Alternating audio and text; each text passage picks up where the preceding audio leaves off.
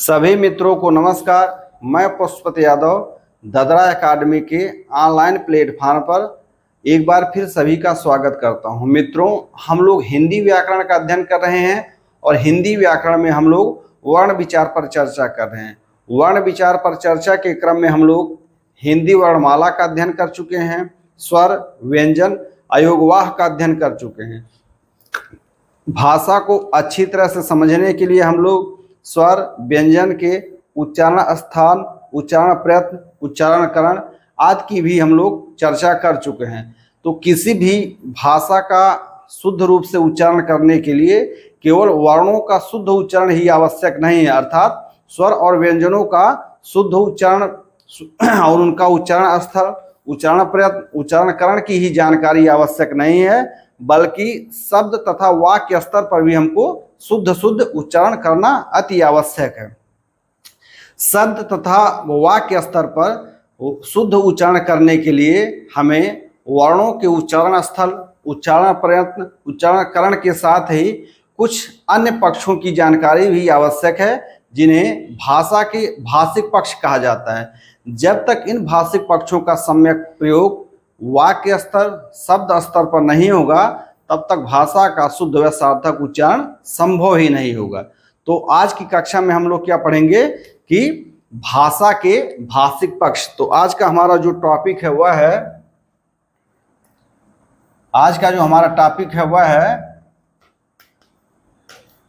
हिंदी भाषा के भाषिक पक्ष। हिंदी भाषा के भाषिक पक्ष। हम किसी भी भाषा को तब तक शुद्ध रूप से उच्चरित नहीं कर पाएंगे जब तक कि हमें इन भाषिक पक्षों की भी जानकारी आवश्यक रूप से नहीं रहेगी। यह भाषिक पक्ष कौन कौन से हैं? तो यह भाषिक पक्ष चार हैं। पहला कौन सा है? तो पहला है अक्षर। पहला कौन सा भाषिक पक्ष है? तो भाषा का जो प्रथम भाषिक पक्ष होता है वह होता है अक्षर। ठीक है। दूसरा क्या होता है भाषिक पक्ष? तो दूसरा भाषिक पक्ष होता है बलाघात। दूसरा भाषिक पक्ष क्या होता है? दूसरा होता है बलाघात। तीसरा भाषिक पक्ष क्या होता है? तीसरा होता है अनुतान। तीसरा भाषिक पक्ष क्या होता है? अनुतान। और चौथा भाषिक पक्ष क्या होता है? वह होता है संगम। तो किसी भी भाषा को शुद्ध रूप से उच्चरित करने के लिए, उसका सार्थक अर्थ निकले भाषा का, उसके लिए हमें वर्णों के उच्चारण स्थान, उच्चारण प्रयत्न, उच्चारण करण के साथ साथ इन चार भाषिक पक्षों की भी सम्यक रूप से जानकारी होना आवश्यक है। जब तक हम इन भाषिक पक्षों का सम्यक रूप से प्रयोग भाषा में नहीं करेंगे, अगर जानकारी रहेगी तो प्रयोग करेंगे, अर्थात पहले हमें इनकी जानकारी होनी चाहिए और फिर उनका उचित स्थान पर सम्यक रूप से जब हम प्रयोग करेंगे तो हम लोग भाषा को सही रूप से उच्चरित कर सकते हैं। हम उसका उच्चारण सही रूप से कर सकते हैं, सार्थक रूप से कर सकते हैं, जिससे हमारे अर्थ की प्राप्ति सार्थक ढंग से हो। तो हमारे जो भाषिक पक्ष होते हैं वो कौन कौन से हैं? तो चार भाषिक पक्ष हैं। पहला है अक्षर, दूसरा है बलाघात, तीसरा है अनुतान और चौथा है संगम। तो इन सभी भाषिक पक्षों का एक क्लास में, एक कक्षा में चर्चा करना संभव नहीं होगा, तो हम लोग धीरे धीरे इन भाषिक पक्षों का अलग अलग कक्षा में चर्चा करेंगे। तो आइए सबसे पहले हम लोग देख लेते हैं प्रथम भाषिक पक्ष अक्षर को। प्रथम भाषिक पक्ष अक्षर को हम लोग देख लेते हैं। तो आज का हमारा टॉपिक क्या हो गया? अक्षर। आज का हमारा टॉपिक क्या है? आज का हमारा टॉपिक है अक्षर। आज का जो हमारा टॉपिक है वह क्या है? अक्षर है। अक्षर शब्द का प्रयोग भाषा और व्याकरण में कई अर्थों में किया जाता है। अक्षर शब्द का जो प्रयोग होता है वह भाषा में और व्याकरण में कई अर्थों में किया जाता है। अक्षर को हमारे विद्वानों ने ब्रह्म की संज्ञा दी है। अक्षर को किसकी संज्ञा दी है? ब्रह्म को दी है। इन्हें अनादि और अनस्वर माना जाता है। अक्षर को हमारे विद्वानों ने किसकी संज्ञा दी हुई है? ब्रह्म की संज्ञा दी हुई। देवनागरी लिपि में क्या होता है, देवनागरी लिपि में वर्ण परंपरा में अक्षर शब्द का प्रयोग प्रायः स्वर और व्यंजनों के लिपियों के लिए भी किया जाता है, ठीक है। अर्थात देवनागरी लिपि में जो स्वर और व्यंजन लिखे होते हैं, अर्थात जो वर्ण लिखे होते हैं, कुछ लोग उसके स्थान पर भी अक्षर शब्द का प्रयोग करते हैं, परंतु व्याकरण की दृष्टि से अक्षर शब्द का कुछ भिन्न ही, कुछ व्यापक अर्थ होता है, कुछ भिन्न अर्थ होता है। तो आइए हम लोग व्याकरण की दृष्टि से अक्षर शब्द का विवेचना करते हैं। तो अक्षर शब्द की परिभाषा है न क्षरति इति अक्षरम, न क्षरति इति अक्षरम, अर्थात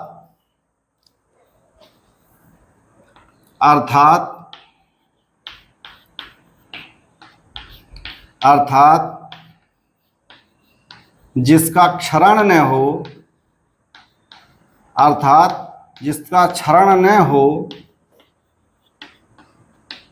अक्षर कहा जाता है, अर्थात जिसका क्षरण न हो अक्षर कहा जाता है। न क्षरति इति अक्षरम, अर्थात जिसका क्षरण न हो अक्षर कहा जाता है। यहाँ क्षरण से तात्पर्य है जिसका खंड न हो या जिसका विनाश न हो। न क्षरत इति अक्षरम, अर्थात जिसका क्षरण न हो या जिसका खंड न हो, जिसका विनाश न हो, वह क्या कहा जाता है, अक्षर कहा जाता है। और हमारे विद्वानों ने अक्षर को क्या माना है, ब्रह्म की संज्ञा दी हुई है, जो अनादि है, अनश्वर है, ठीक है। न क्षरत इति अक्षरम, अर्थात जिसका क्षरण न हो, जिसका खंड न हो, जिसका विनाश न हो, वह अक्षर है। हिंदी के विद्वानों ने हिंदी के विद्वानों ने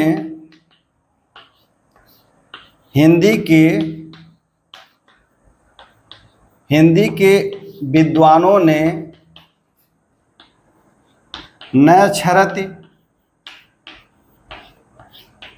इति अक्षरम, हिंदी के विद्वानों ने न क्षरति इति अक्षरम को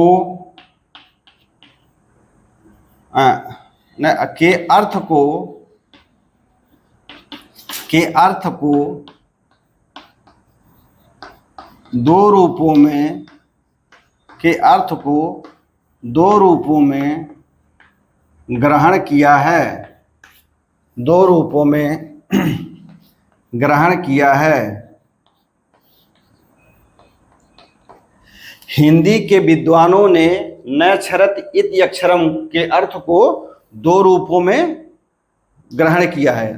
किन किन रूपों में ग्रहण किया है, तो पहला है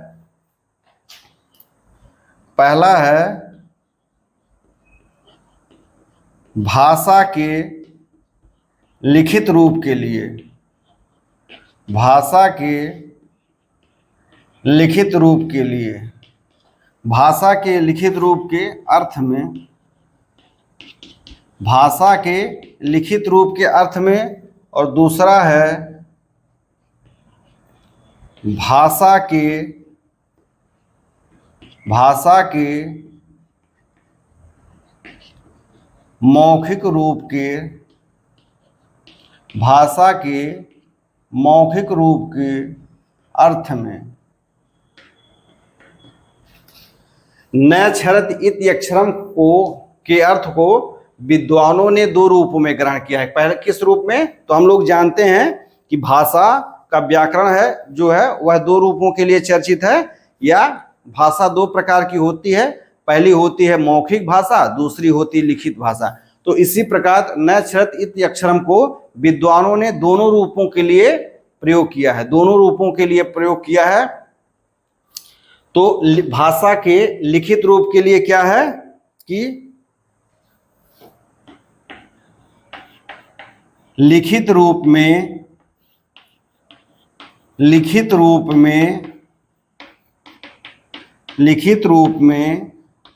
जिनका क्षरण लिखित रूप में जिनका क्षरण न हो अक्षर कहा जाता है।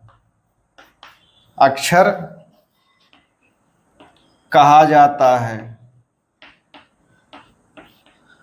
लिखित रूप में जिनका क्षरण न हो अक्षर कहा जाता है। भाषा के लिखित रूप के अर्थ में न अक्षरत इति अक्षरम का क्या अर्थ लिया जाता है? तो भाषा के लिखित रूप के लिए न अक्षरत इति अक्षरम का अर्थ लिया जाता है कि लिखित रूप में जिनका क्षरण न हो अक्षर कहा जाता है।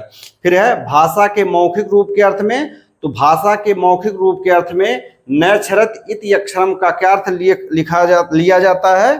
तो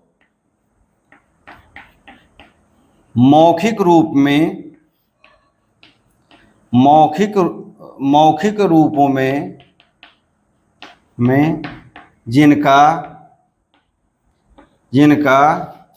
क्षरण यानी खंड या विनाश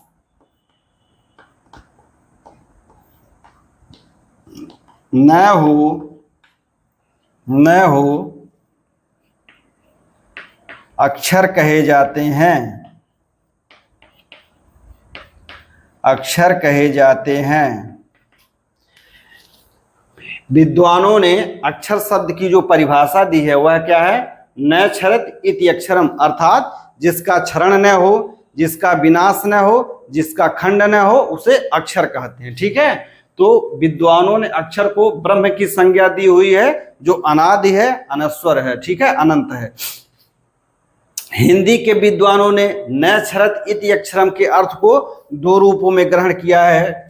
कौन कौन से? तो पहला है भाषा के लिखित रूप के अर्थ में। तो भाषा के लिखित रूपों में जिसका क्षरण यानी भाषा को हम जब लिखते हैं तो उस रूप में जिनका क्षरण, जिनका विनाश या जिनका खंड न होता हो उन्हें अक्षर कहा जाता है। फिर है भाषा के मौखिक रूप के अर्थ में। तो भाषा के मौखिक रूप में जिनका क्षरण न हो, जिनका खंड न हो, जिनका विनाश न हो उन्हें क्या कहा जाता है? अक्षर कहा जाता है। यहाँ तक उम्मीद है कि यहाँ तक आपकी हमारी बात आप सबको समझ में आ गई होगी। ठीक है, तो भाषा के लिखित रूप में किसका खंड नहीं हो सकता है? भाषा के लिखित रूप में किसका खंड नहीं हो सकता है? तो हम लोग पीछे पढ़ चुके हैं कि भाषा के लिखित रूप में वर्ण का खंडन नहीं हो सकता है। किसका खंडन नहीं हो सकता है? अर्थात वर्ण का खंड नहीं हो सकता है। अर्थात वर्ण का खंड नहीं हो सकता है। अर्थात लिखित रूप में जो अक्षर है उसका प्रयोग किसके लिए होता है? वर्ण के लिए। और हम जानते हैं कि वर्ण किससे मिलकर बना है? तो वर्ण स्वर तथा व्यंजन से मिलकर बना है। स्वर तथा व्यंजन से मिलकर बना हुआ है। लिखित रूप में जिनका खंड न हो, जिसका क्षरण न हो, जिसका विनाश न हो उसे अक्षर कहा जाता है। अर्थात लिखित रूप में सबसे छोटी इकाई कौन सी है? तो वह वर्ण है, अर्थात स्वर तथा व्यंजन है। यहां तक की बात उम्मीद है समझ में आ गई होगी। अब आइए भाषा के मौखिक रूप के अर्थ में हम लोग देखते हैं। तो भाषा के मौखिक रूप में जिसका क्षरण न हो या जिसका खंड या विनाश न हो उसे अक्षर कहा जाता है। ठीक है, उसे अक्षर कहा जाता है। उसे अक्षर कहा जाता है। अर्थात मौखिक रूप में जो अखंडनीय ध्वनि है वह क्या कही जाती है? वह अक्षर कही जाती है। अर्थात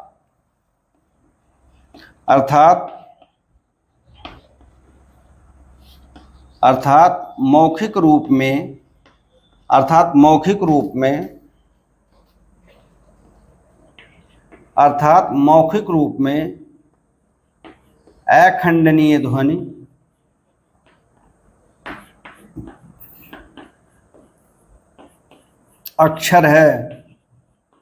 है। अर्थात मौखिक रूप में अखंडनीय ध्वनि अक्षर है। अर्थात मौखिक रूप में अखंडनीय ध्वनि अक्षर है। ठीक है, मौखिक रूप में अक्षर वह है तो मौखिक रूप में क्या है? अखंडनीय ध्वनि अक्षर है। तो आइए हम लोग अब अक्षर की परिभाषा थोड़ा व्यापक ढंग से देख लेते हैं। हिंदी भाषा के विद्वानों ने अक्षर का जो प्रयोग है न अक्षरित इति अक्षरम को भाषा के दोनों रूपों अर्थात लिखित भाषा और मौखिक भाषा, दोनों रूपों में अर्थ ग्रहण किया है और उसकी विवेचना उन्होंने दोनों रूपों के लिए अलग अलग किया है। तो हम लोगों ने देखा कि लिखित रूप में जो अखंडनीय ध्वनि है उसे वर्ण कहा जाता है और मौखिक रूप में जो अखंडनीय ध्वनि है उसे क्या कहा जाता है, उसे अक्षर कहा जाता है। ठीक है, तो अक्षर की एक परिभाषा बनती है, उसे क्या कहते हैं, तो मौखिक रूप में अक्षर वह ध्वनि है या मौखिक रूप में अक्षर वह है जिसका उच्चारण श्वास के एक झटके से हो जाए या श्वास के एक आघात से हो जाए, जबकि लिखित रूप में अक्षर क्या है, उसे वर्ण को कहते हैं। अतः कभी कभी लोग क्या कहते हैं कि वर्ण को अक्षर भी कह देते हैं, वर्ण को अक्षर भी कह देते हैं। ठीक है, स्वर क्या होते हैं, स्वर हम लोग जानते हैं कि वर्ण के अंतर्गत स्वर तथा व्यंजन दोनों आते हैं। तो स्वर क्या है, स्वर वर्ण तथा स्वर क्या है, स्वर वर्ण तथा अक्षर दोनों हैं, स्वर वर्ण तथा अक्षर दोनों हैं। व्यंजन क्या है, व्यंजन क्या है, व्यंजन वर्ण है अक्षर नहीं है। व्यंजन क्या है, व्यंजन वर्ण है अक्षर नहीं है। यदि व्यंजन के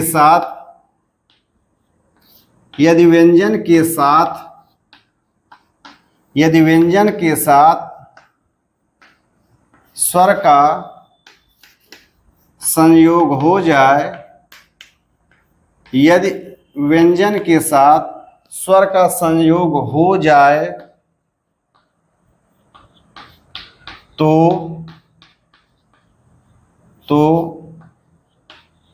स्वर सहित व्यंजन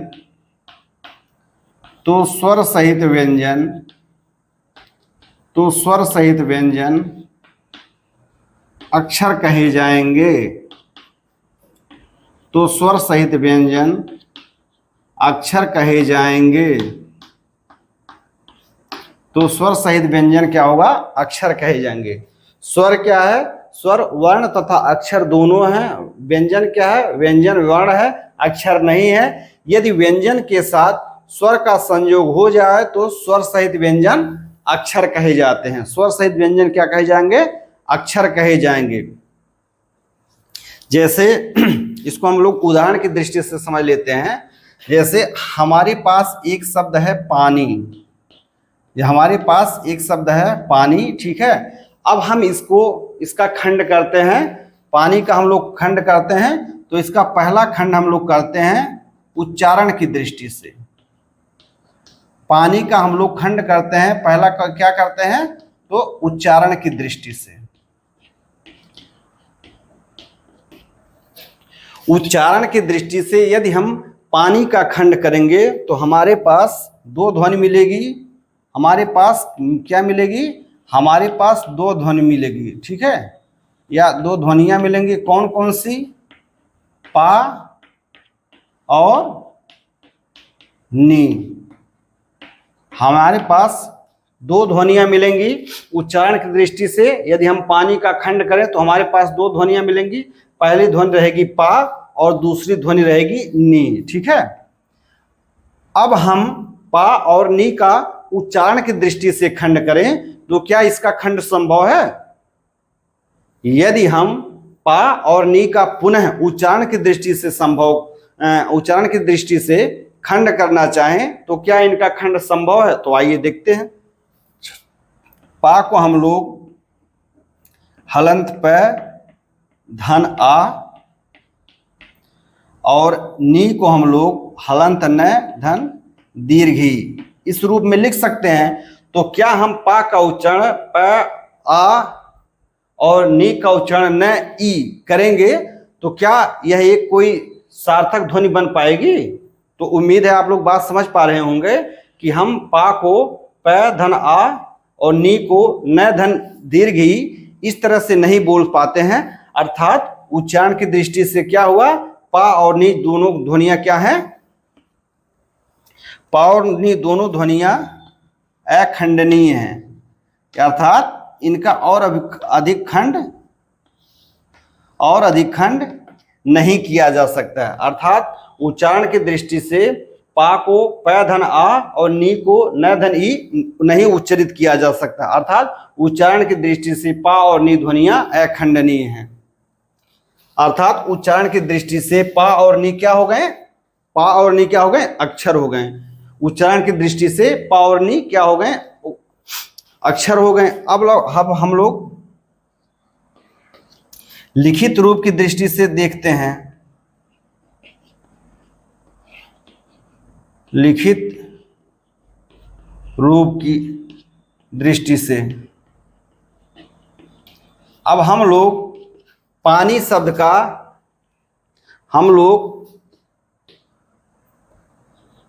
शब्द पानी का या पानी शब्द का लिखित रूप की दृष्टि से खंड करते हैं।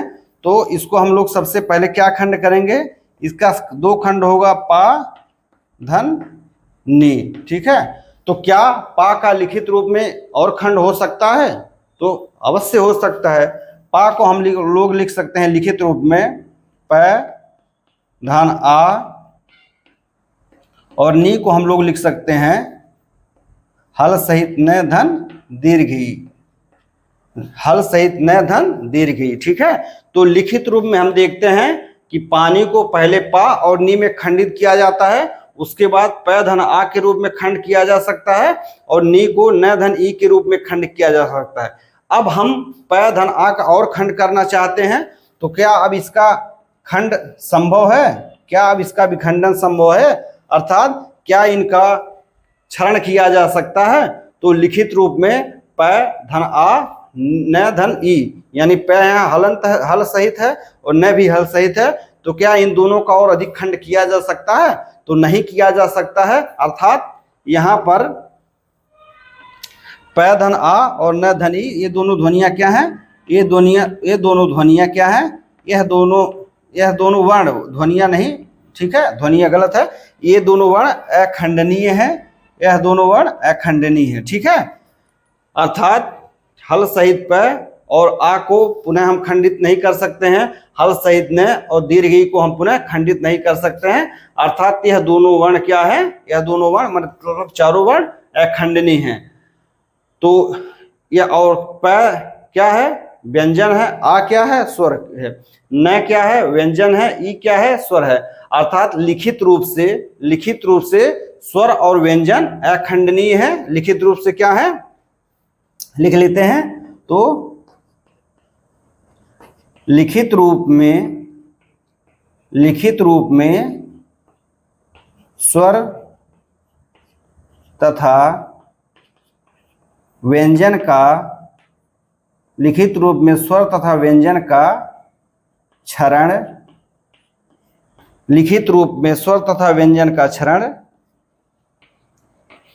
नहीं होता है। अतः लिखित रूप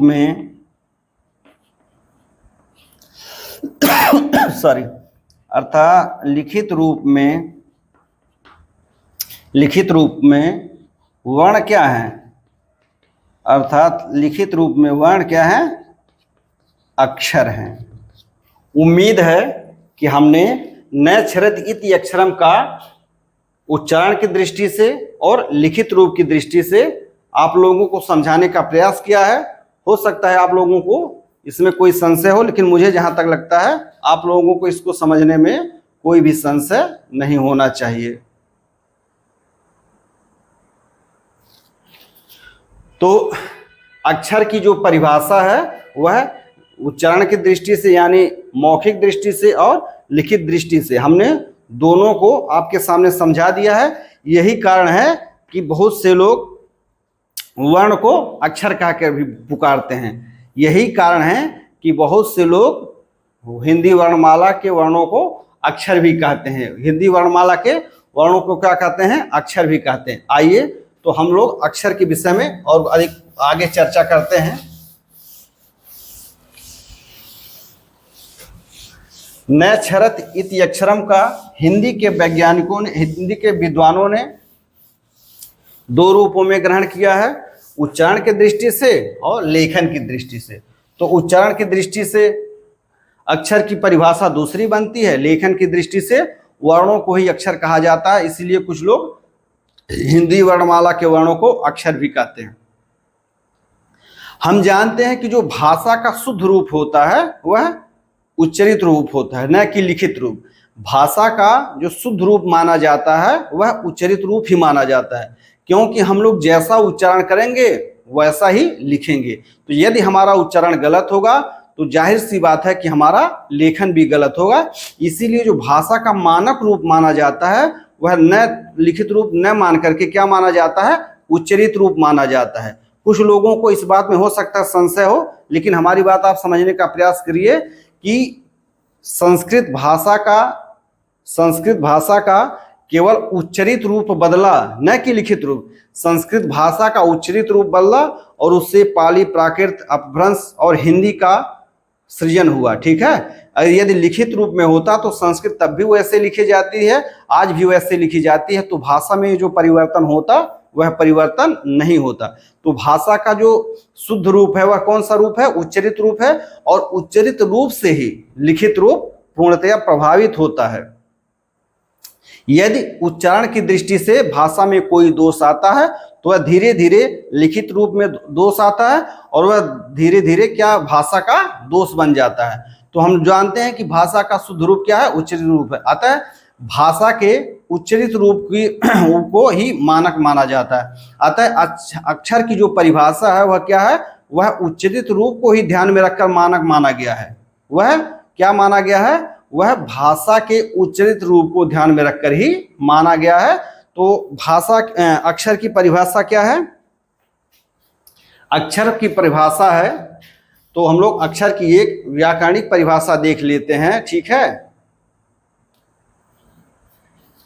अक्षर किसे कहते हैं, तो जिस ध्वनि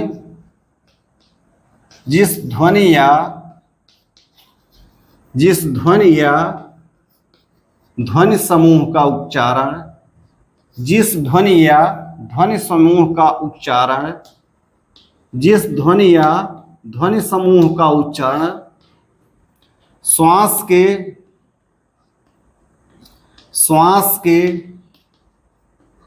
एक आघात, श्वास के एक आघात या श्वास के एक आघात या झटके से हो जाए, श्वास के एक आघात या झटके से हो जाए, अक्षर कहा जाता है, अक्षर कहा जाता है। अक्षर की क्या परिभाषा मानी गई, तो जिस ध्वनि या ध्वनि समूह का, अर्थात अक्षर में एक ध्वनि हो सकती है या वह ध्वनियों का समूह हो सकता है। तो जिस ध्वनि या ध्वनि समूह का उच्चारण श्वास की एक आघात या एक झटके से हो सकता है, उसे क्या कहा जाता है, अक्षर कहा जाता है। ठीक है, अर्थात यहाँ नीचे लिखिए, अर्थात एक श्वासाघात में उच्चरित, अर्थात एक श्वासाघात में उच्चरित ध्वनि, अर्थात एक श्वासाघात में उच्चरित ध्वनि या ध्वनि समूह को, ध्वनि या ध्वनि समूह को अक्षर कहा जाता है, अक्षर कहा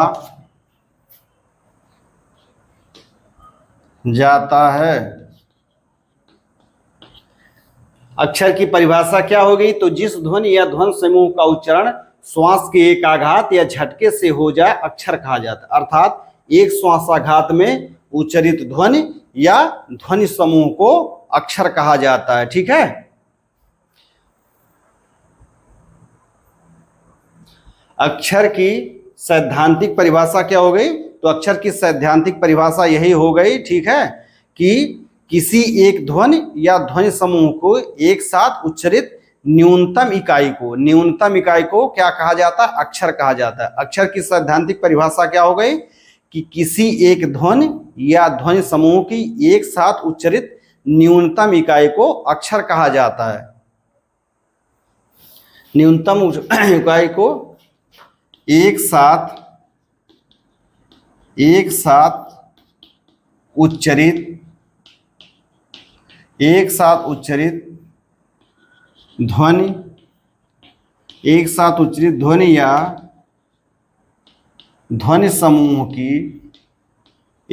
उच्चारित ध्वनि या ध्वनि समूह की न्यूनतम उच्चारित इकाई, एक साथ उच्चारित ध्वनि या ध्वनि समूह की न्यूनतम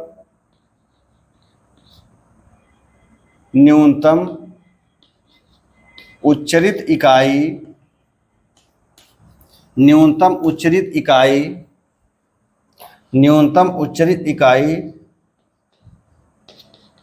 अक्षर है।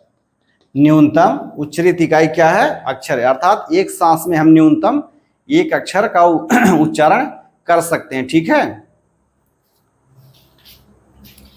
स्वर तथा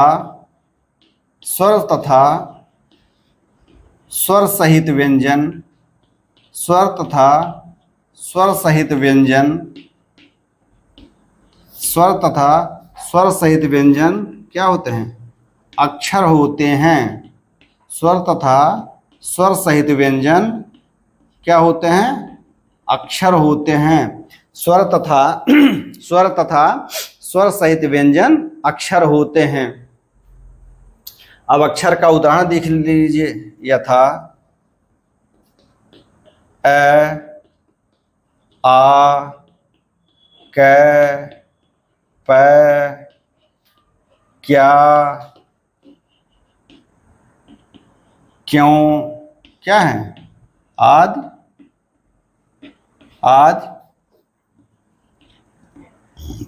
आदि अक्षर हैं।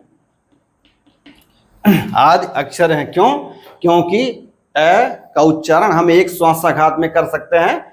आ स्वर है और आ का उच्चारण हम लोग एक श्वासाघात में कर सकते हैं। क्या जो है वह स्वर सहित व्यंजन है, तो हम इसका उच्चारण एक श्वासाघात में कर सकते हैं। प्य क्या है? प्य स्वर सहित व्यंजन है, स्वर सहित प्य व्यंजन है, तो प्य का भी उच्चारण हम एक श्वासाघात में कर सकते हैं। उसी प्रकार क्या है? क्या का उच्चारण क्या है? हम लोग क्या का उच्चारण एक श्वासाघात में कर सकते हैं। और क्यों का उच्चारण हम लोग एक श्वासाघात में कर सकते हैं। अतः अ, आ, क, प, क्या, क्यों आदि अक्षर हैं, ठीक है। हम लोग अक्षर की भी और आगे चर्चा करेंगे, तो यह समझ लीजिए कि यह क्या है? यह अक्षर है। बोलते समय अक्षर के और अधिक खंड नहीं किए जा सकते हैं, ठीक है। अक्षर का उच्चारण श्वास के एक ही झटके में होता है। अक्षर को तोड़ कर नहीं बोला जा सकता है। कैसे नहीं बोला जा सकता? अक्षर को तोड़ के नहीं बोला जा सकता है। जैसे मान लीजिए कोई ध्वनि है हाँ और कोई ध्वनि है ना, तो हाँ को हम लोग एक साथ ही उच्चारित करेंगे, यह भी अक्षर है। और ना क्या है? यह भी अक्षर है। हाँ क्या है? अक्षर है। और ना क्या है? अक्षर है। या ऐसा नहीं है कि हम लोग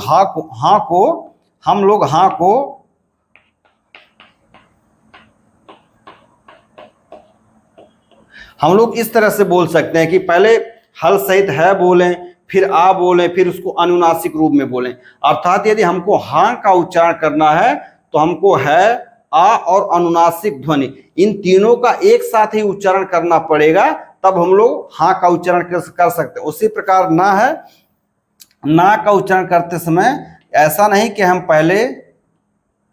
पहले हल सहित न बोलेंगे फिर आ बोलेंगे। अर्थात यदि हमको ना का एक श्वासाघात में उच्चारण करना हुआ तो हम लोगों को ना ही बोलना पड़ेगा। हम लोग न धन आ इस प्रकार से नहीं बोल सकते हैं, ठीक है। इस प्रकार से हम लोग नहीं बोल सकते हैं।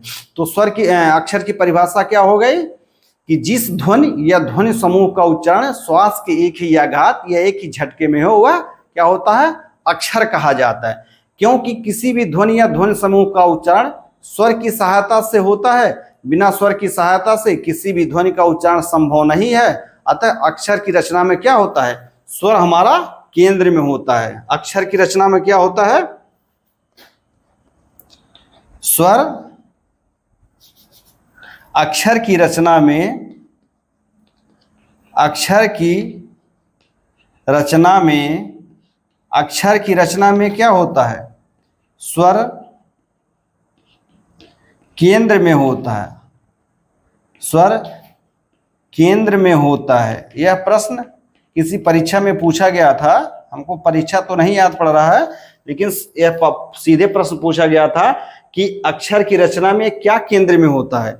तो अक्षर की रचना में स्वर केंद्र में होता है। हम किसी भी अक्षर का जब उच्चारण करते हैं तो उसमें एक स्वर आवश्यक रूप से होता है, एक स्वर क्या होता है, अनिवार्य रूप में होता है। ठीक है, अक्षर में स्वर अनिवार्य रूप से होता है, व्यंजन हो भी सकता है और नहीं भी हो सकता है। अक्षर की रचना में एक व्यंजन हो सकते हैं या एक से अधिक व्यंजन भी हो सकते हैं। अक्षर की रचना में एक व्यंजन हो सकते हैं, एक से अधिक व्यंजन हो सकते हैं।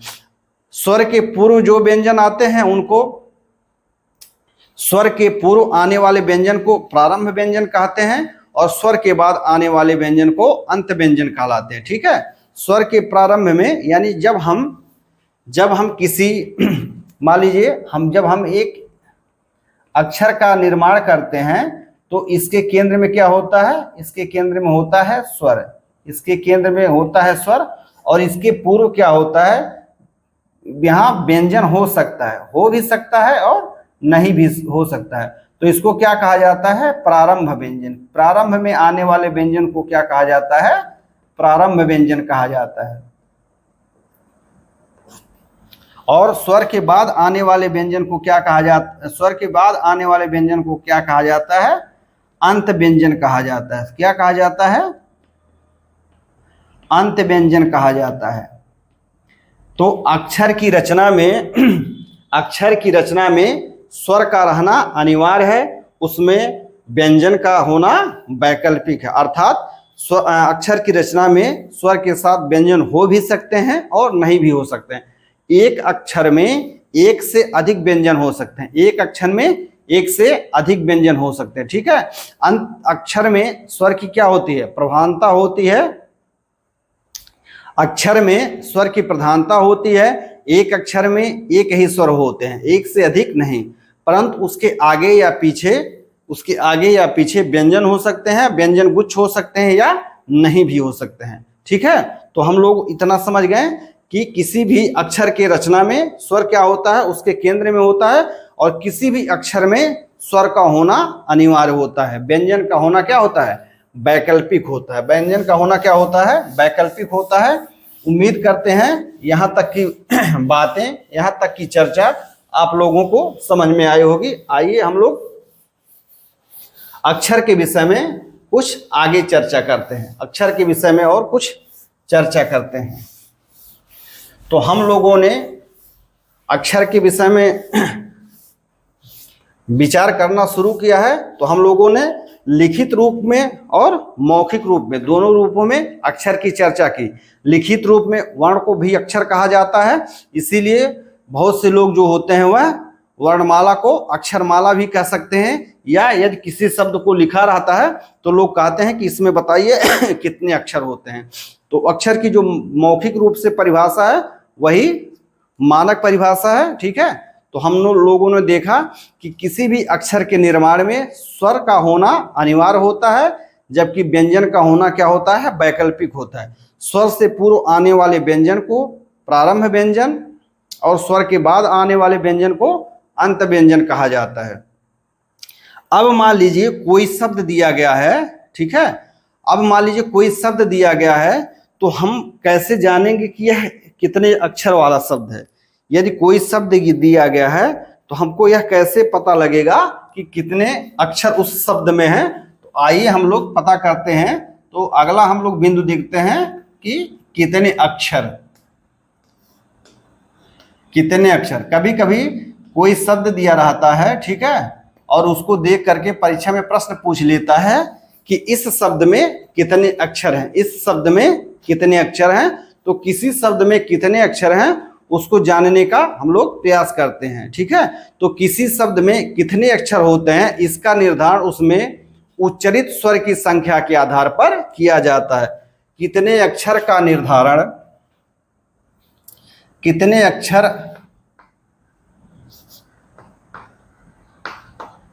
कितने अक्षर का निर्धारण, कितने अक्षर का निर्धारण, कितने अक्षर का निर्धारण शब्द में उच्चारित, शब्द में उच्चारित स्वर की संख्या के आधार पर, स्वर की संख्या के आधार पर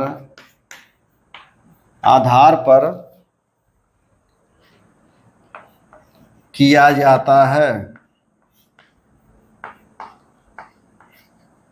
स्वर की संख्या के आधार पर किया जाता है। किसी शब्द में कितने अक्षर हैं, कितने अक्षर का निर्धारण क्या किया जाता है कि शब्द में उच्चारित स्वर की संख्या के आधार पर किया जाता है। किसी शब्द में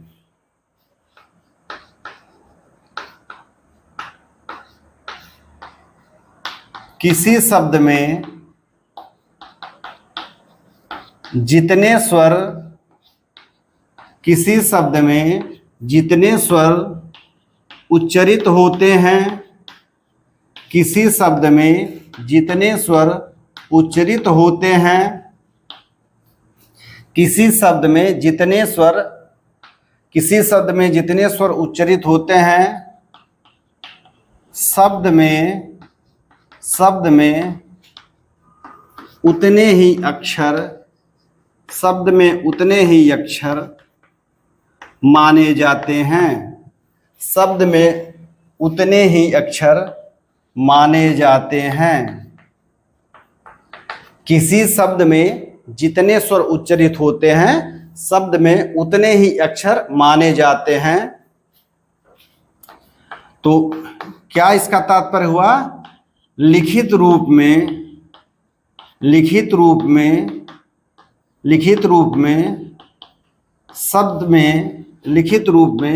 शब्द में स्वर की संख्या,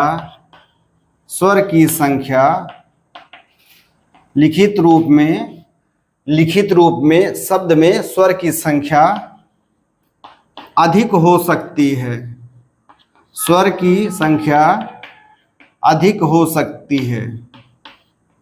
लिखित रूप में शब्द में स्वर की संख्या, लिखित रूप में शब्द में स्वर की संख्या अधिक हो सकती है। कभी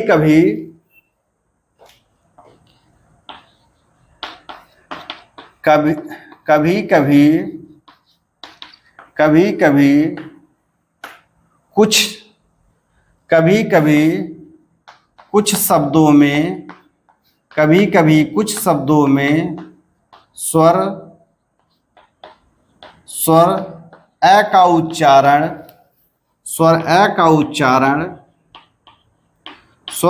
उच्चारण नहीं किया जाता है। कभी कभी कुछ शब्दों में स्वर अ का उच्चारण नहीं किया जाता है। इसीलिए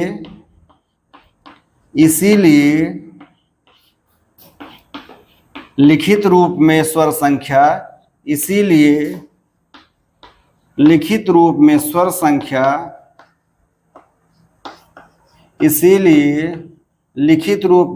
संख्या और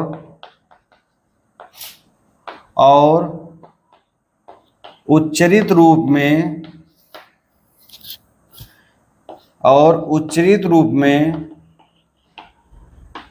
स्वर संख्या में अंतर आ जाता है। अंतर आ जाता है। किसी शब्द में कितने अक्षर हैं का निर्धारण शब्द में उच्चरित स्वर की संख्या के आधार पर किया जाता है। किसी शब्द में जितने स्वर उच्चरित होते हैं शब्द में उतने ही अक्षर माने जाते हैं। लिखित रूप में शब्द के में स्वर की संख्या क्या हो सकती है? अधिक हो सकती है। क्यों अधिक हो सकती है? क्योंकि कभी कभी कुछ शब्दों में स्वर अ का उच्चारण नहीं किया जा सकता है, जबकि क्या होता है, स्वर अ उस शब्द में लिखित रूप में रहता है। ठीक है, इसीलिए लिखित रूप में स्वर संख्या और उच्चरित रूप में स्वर संख्या में अंतर आ जाती है। ठीक है, तो उच्चरित रूप में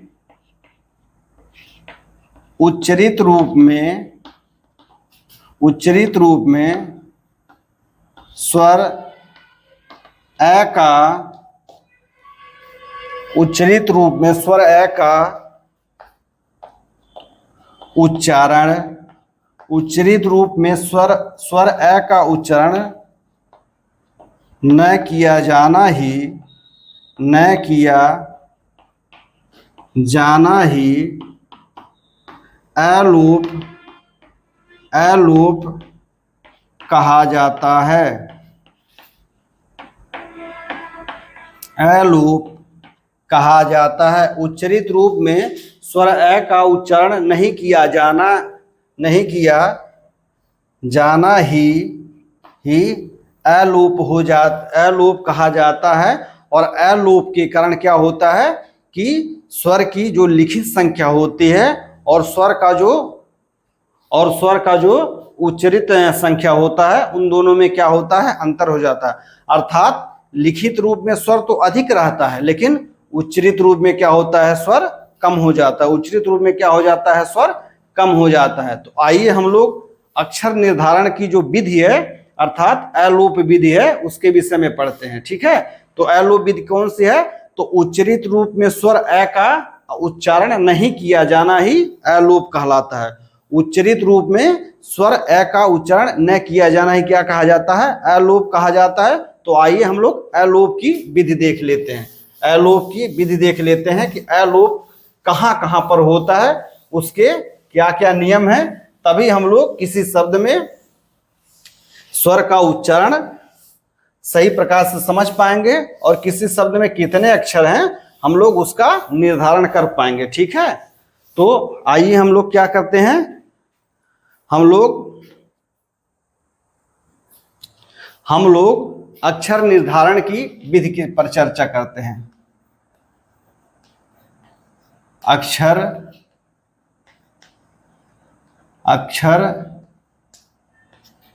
निर्धारण की विधि।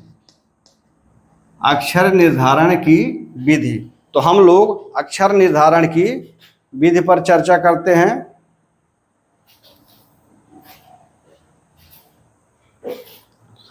हम लोग क्या करते हैं, अक्षर निर्धारण की विधि पर चर्चा करते हैं।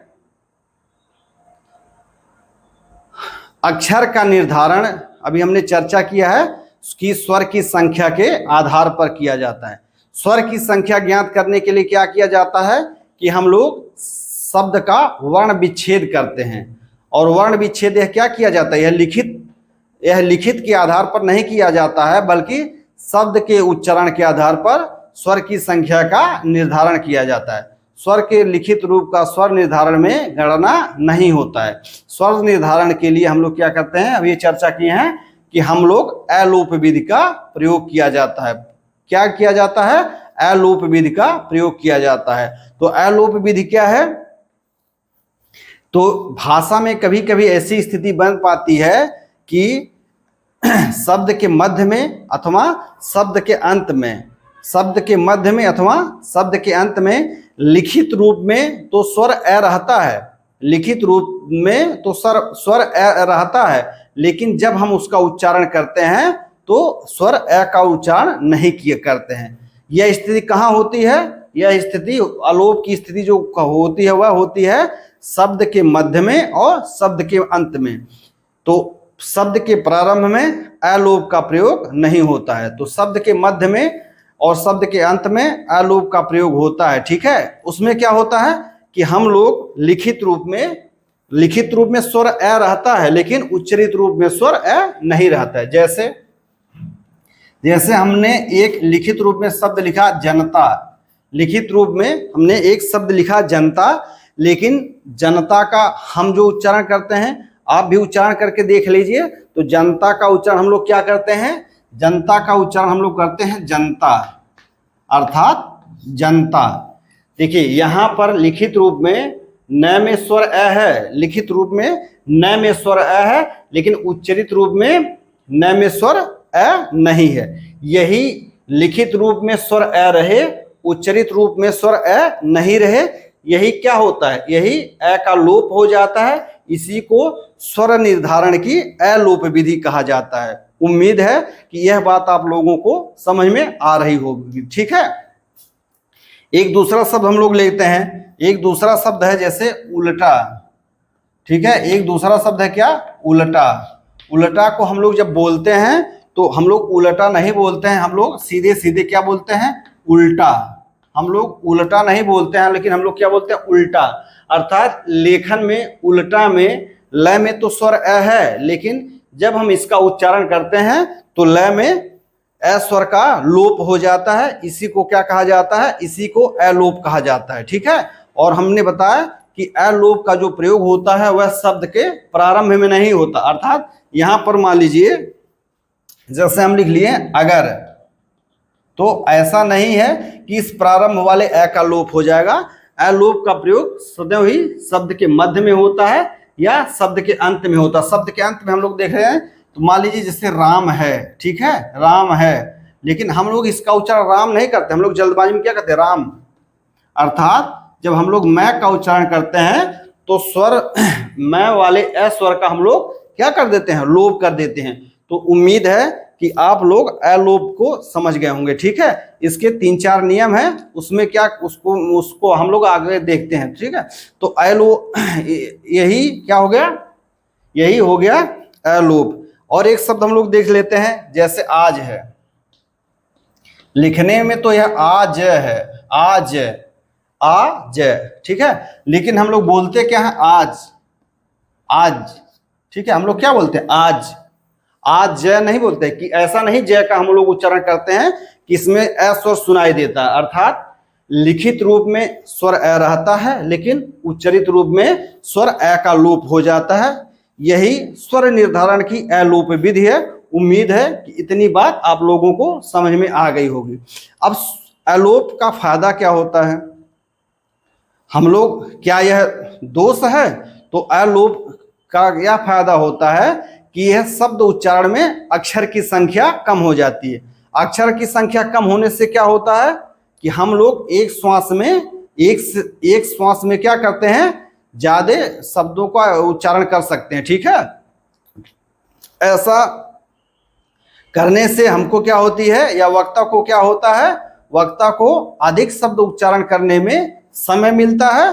तो अलोप फायदेमंद भी है। यह क्या करता है, यह भाषा को जल्दी जल्दी उच्चरित करने में सहायता करता है। तो आइए हम लोग अलोप को समझ गए हैं कि लिखित रूप में स्वर अ रहेगा, लेकिन उच्चरित रूप में स्वर अ नहीं रहेगा। यह शब्द के प्रारंभ में नहीं आता है, बल्कि शब्द के मध्य में और शब्द के अंत में आता है। आइए अलोप के 3-4 नियम हैं, उनको हम लोग देख लेते हैं कि हम लोग अलोप कहाँ कहाँ करेंगे। अलोप ऐसा नहीं है कि हर जगह ही हम लोग अलोप का प्रयोग कर देंगे।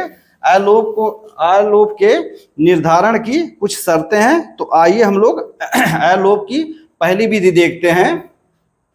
तो अलोप का जो पहला नियम क्या है, अलोप कभी भी शब्दारंभ में, अलोप कभी भी शब्दारंभ में नहीं होता है। अलोप कभी भी शब्दारंभ में नहीं होता है, यानी अलोप का प्रयोग कभी भी शब्द के प्रारंभ में नहीं होता है, बल्कि यह शब्द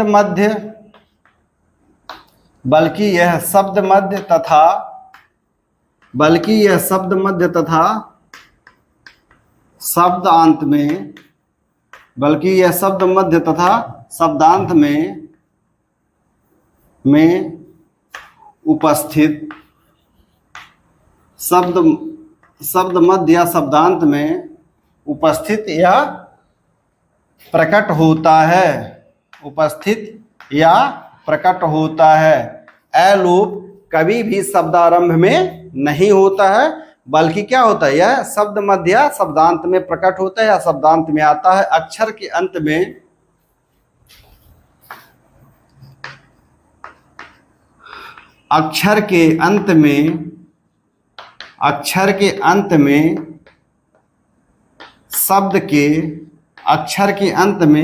शब्द के अ का उच्चारण, अक्षर के अंत में शब्द के अ का उच्चारण बहुत ही क्षीण ध्वनि में होता है, बहुत ही क्षीण ध्वनि में होता है। तो ए लोप का प्रथम नियम क्या है कि ए लोप कभी भी शब्दारंभ में नहीं होता है, बल्कि यह शब्द मध्य में या शब्दांत में आता है। अक्षर के अंत में जो व्यंजन होता है उसके अ का उच्चारण बहुत ही क्षीण ध्वनि में होता है। क्या होता है? बहुत ही क्षीण ध्वनि में होता है। जैसे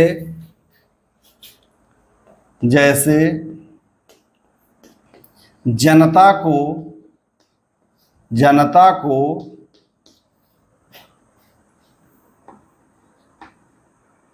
जनता,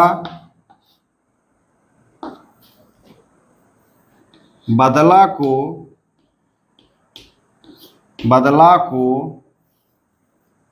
बादल, बदला को बदला,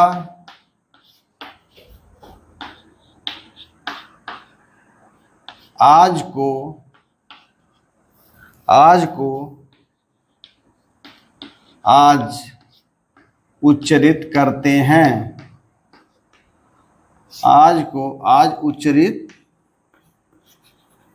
करते हैं। ठीक है, यानी जो अक्षर निर्धारण की विधि है वह क्या है, वह लिखित रूप में के आधार पर नहीं है, बल्कि क्या है, वह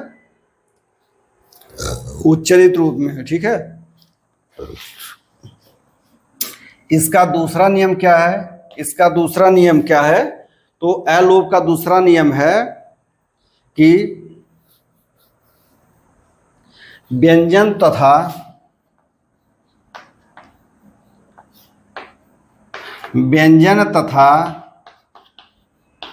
स्वर के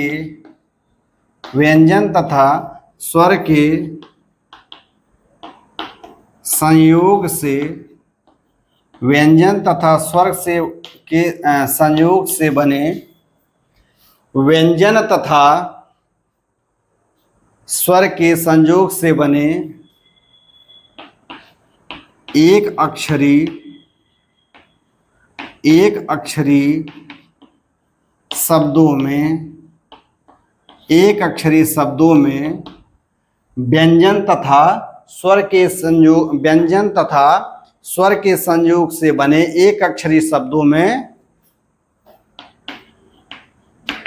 ए लोप नहीं होता है। अभी हमने चर्चा किया है कि यदि शब्द के मध्य और शब्द के अंत में ए स्वर आता है तो इसका क्या हो जाता है, लोप हो जाता है। लेकिन दूसरा नियम क्या कह रहा है कि व्यंजन तथा स्वर के संयोग से बने एक अक्षरी शब्दों में ए लोप नहीं होता। कैसे? जैसे मान लीजिए हम लोगों ने क लिखा, तो क्या क किसके बना हुआ, हल सहित क थन ए से। तो ऐसा नहीं है कि हम लोग क के ए को लोप कर देंगे, ऐसा नहीं है कि हम लोग क के ए को लोप कर देंगे। क्यों नहीं कर देंगे, आप लोग स्वतः सोचिए। मान लीजिए त है तो यह हल सहित त धन ए है। मान लीजिए प है तो हल सहित प धन ए है। तो बताइए क्यों नहीं लोप कर सकते हैं? तो क्या कह रहा है कि व्यंजन तथा स्वर के संयोग से बने एक अक्षरी शब्दों में अ का लोप नहीं होता। क्यों नहीं होता है? कुछ आप लोगों ने सोचा? हाँ, तो इसका यह उत्तर हुआ कि यदि हम अ का लोप कर देंगे तो केवल व्यंजन क्या बचेगा और व्यंजन का उच्चारण संभव नहीं होगा, और यदि किसी का उच्चारण संभव नहीं होगा तो उसे अक्षर नहीं माना जा सकता। इसी प्रकार इसीलिए एक अक्षरी संयोग अर्थात जिसमें एक अक्षर होते हैं, स्वर और व्यंजन मिलकर के वह एक अक्षर बनाते हैं, तो उसमें क्या होता है? अ का लोप नहीं होता। अर्थात वर्णमाला के सभी वर्णों को हम लोग जब अक्षर के रूप में लिखते हैं तो उसमें से किसी भी अक्षर में वर्ण क्या अ का लोप नहीं होगा। अ का लोप कर दिया जाएगा तो वह केवल व्यंजन रह जाएगा, और व्यंजन का केवल हम लोग उच्चारण नहीं कर पाएंगे। यानी जब तक स्वर व्यंजन में नहीं मिले रहेगा तब तक हम लोग उसका उच्चारण नहीं कर सकते हैं। आइए तो हम लोग अक्षर निर्धारण का तीसरा नियम देखते हैं। तो अक्षर निर्धारण का तीसरा नियम है कि अक्षर के अंत में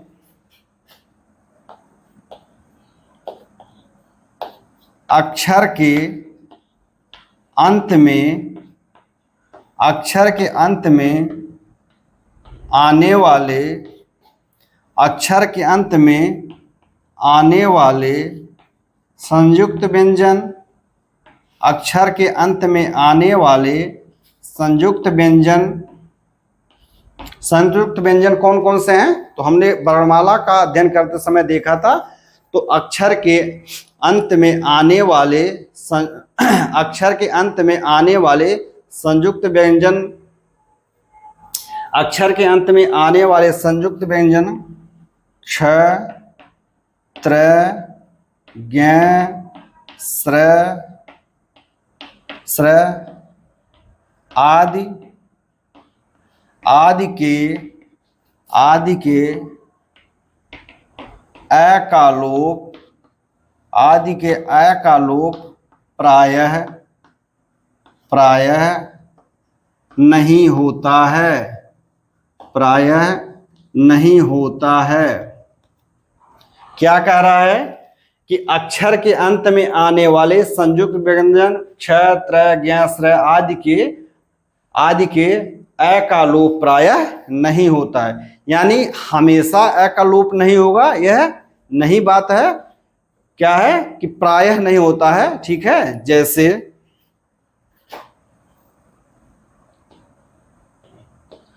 हम लोग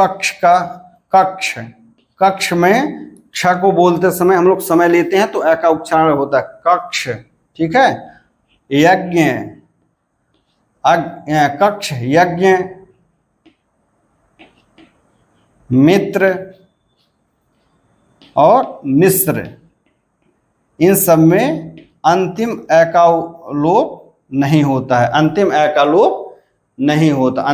लोप क्या होता है? वह नहीं होता है। ठीक है, अक्षर निर्धारण का हम लोग चौथा नियम देख लेते हैं। तो अक्षर निर्धारण का जो चौथा नियम है वह क्या है? अक्षर के अंत में आने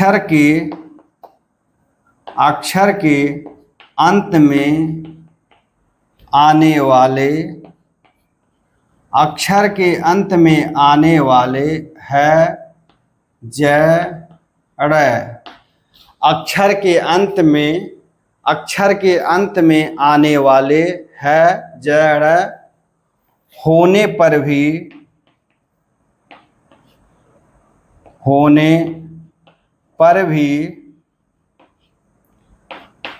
अक्षर के अंत में आने वाले है जड़ होने पर भी अक्षर के अंत में आने वाले है जड़ होने पर भी उसकी अ का लोप प्रायः नहीं होता है। अ का लोप प्रायः नहीं होता है। यानी यदि किसी शब्द के अंत में है वर्ण आता है, ज वर्ण आता है और र वर्ण आता है तो क्या होता है कि इन में सब में भी अ का लोप नहीं होता है। क्योंकि क्योंकि इनमें ए का उच्चारण क्योंकि इनमें ए का उच्चारण प्रायः अस्पष्ट रहता है और यदि ए का उच्चारण अस्पष्ट रहेगा तो ए का लोप नहीं किया जाएगा। यदि ए का उच्चारण स्पष्ट रहेगा तो ए का लोप नहीं किया जाएगा। यथा राह, ठीक है। इसी प्रकार हुआ राज, ठीक है, पेड़। यानी इन सब में क्या होता है कि ए का जो उच्चारण होता है वह प्रायः क्या होता है, अस्पष्ट होता है। क्या होता है, प्रायः अस्पष्ट होता है।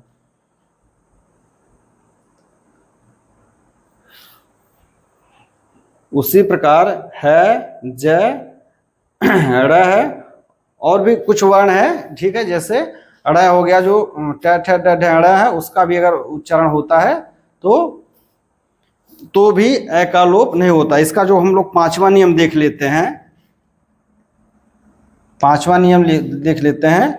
तो पांचवा नियम क्या है, शब्द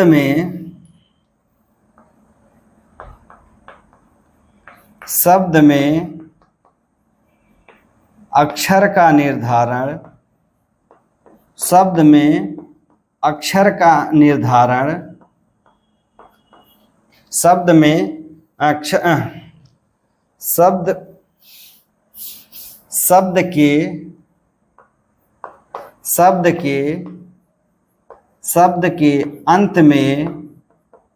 शब्द के अंत में आने वाली महाप्राण ध्वनियों, शब्द के अंत में आने वाली महाप्राण वर्णों या ध्वनियों का महाप्राण वर्णों में ए का उच्चारण, ए का लोप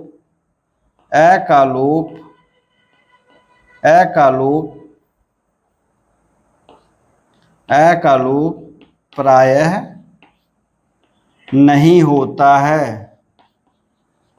ए का लोप प्रायः नहीं होता है। यथा राख, ठीक है, राख है,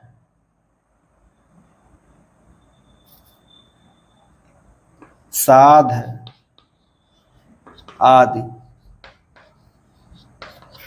तो हम लोगों ने अक्षर निर्धारण की जो ए लोप विधि है उसको देखते हैं। तो ए लोप के यह 5 नियम है और आवश्यकता पड़ने पर हम कुछ और वर्णों को देखेंगे, ठीक है। उससे भी इससे पता चल जाएगा। अंत व्यंजन गुच्छ के समय स्वर का अल्प उच्चारण मिलता है, ठीक है। हमने अभी देखा है कि अक्षर के अंत में आने वाले संयुक्त व्यंजन के ए का लोप प्रायः नहीं होता है, लेकिन कभी कभी ऐसी स्थितियां पड़ जाती हैं कि यदि वह अंत में आता है तो उसमें भी क्या होता है कि ए का अल्प उच्चारण होता है। और यदि ये आपका अल्प उच्चारण होगा तो उसमें से क्या हो जाएगा, ए का लोप हो जाएगा। अनेक स्थितियों में ऐसी होती है कि व्यंजन के अंत में स्वर का उच्चारण ही नहीं किया जाता है, परंतु लिखते समय व्यंजन में क्या होता है कि स्वर ए रहता है। लिखित रूप में तो स्वर ए रहेगा, लेकिन उच्चरित रूप में स्वर नहीं रहेगा, अर्थात स्वर ए का लोप हो जाएगा। तो हम लोगों ने अक्षर निर्धारण की जो ए लोप विधि है उसमें यह 5 नियम है। इन्हीं 5 नियमों को ध्यान में रख करके हम लोग अक्षर का निर्धारण करते हैं, ठीक है। तो आप लोग इसका स्क्रीनशॉट ले सकते हैं और आइए हम लोग अब अक्षर का निर्धारण देखते हैं कि कैसे होता है और अक्षर कितने प्रकार के होते हैं, ठीक है। शब्द में कितने अक्षर हो सकते हैं, आइए इसको हम लोग मिटा देते हैं। हम लोगों ने अक्षर निर्धारण की विधि देखा। अक्षर निर्धारण शब्द में ए लोप विधि से किया जाता है। ए लोप विधि क्या होता है कि लिखित रूप में तो स्वर ए रहता है, लेकिन उच्चरित रूप में स्वर ए का लोप हो जाता है। लिखित रूप में क्या होता है कि स्वर ए रहता है, लेकिन उच्चरित रूप में क्या होता है कि स्वर ए का लोप हो जाता है। इसी को अलोप विधि कहते हैं। और ए के अलावा अन्य किसी भी स्वर का लोप नहीं होता। ए के अलावा अन्य किसी भी स्वर का लोप नहीं होता है। और अक्षर निर्धारण में हमने 5 नियमों को देखा है। आइए अक्षर के विषय में हम लोग और चर्चा करते हैं। तो मान लीजिए हम लोग को क्या करना है कि किसी शब्द में कितने अक्षर हैं। तो देखते हैं कि शब्द में अक्षरों की संख्या, शब्द में अक्षरों की संख्या, शब्द में हमको अक्षरों की संख्या ज्ञात करने रहे तो हिंदी में कि कौन कौन से शब्द पाए जाते हैं। तो हिंदी में एक अक्षरी, द्विअक्षरी, त्रिअक्षरी, चतुर्थ अक्षरी और पंचाक्षरी तथा इससे भी अधिक अक्षर वाले शब्द पाए जाते हैं। परंतु हिंदी में क्या है, एक अक्षरी शब्दों की बहुतायत है। हिंदी में एक अक्षरी शब्दों की क्या है, बहुतायत है। तो आइए हम लोग सबसे पहले एक अक्षरी शब्द देखते हैं। एक अक्षरी शब्द हिंदी में एक अक्षरी, द्विअक्षरी, त्रिअक्षरी, चतुर्थ अक्षरी, पंचाक्षरी आदि शब्द पाए जाते हैं। परंतु हिंदी में क्या है कि एक अक्षरी शब्द बहुतायत में है, यानी अधिकता में है। तो एक अक्षरी शब्द किसे कहते हैं, एक अक्षरी शब्द किसे कहते हैं और एक अक्षरी शब्द का संरचना कैसे कैसे होता है, इस पे हम लोग अब आगे चर्चा करेंगे। तो एक अक्षरी शब्द किसे कहते हैं, जिन शब्दों का उच्चारण श्वास के एक झटके में होता रहा है, एक अक्षर कहे जाते हैं। जिन शब्दों का उच्चारण, हमने भी पढ़ा है कि जिन शब्दों कहिए या जिन ध्वनियों या ध्वनि समूहों का उच्चारण श्वास के एक झटके में होता है, एक अक्षर कहे जाते हैं। एक अक्षर से बने हुए शब्द क्या कहे जाते हैं, एक अक्षरी शब्द कहे जाते हैं। एक अक्षर से बने शब्द क्या कहे जाते हैं, एक अक्षरी शब्द कहे जाते हैं। तो एक अक्षरी शब्द क्या होते हैं, एक अक्षर से बने, एक अक्षर से बने शब्द, एक अक्षर से बने शब्द, एक अक्षर से बने शब्द एक अक्षरी शब्द कहे जाते हैं। एक अक्षर से बने शब्द एक अक्षरी शब्द कहे जाते हैं।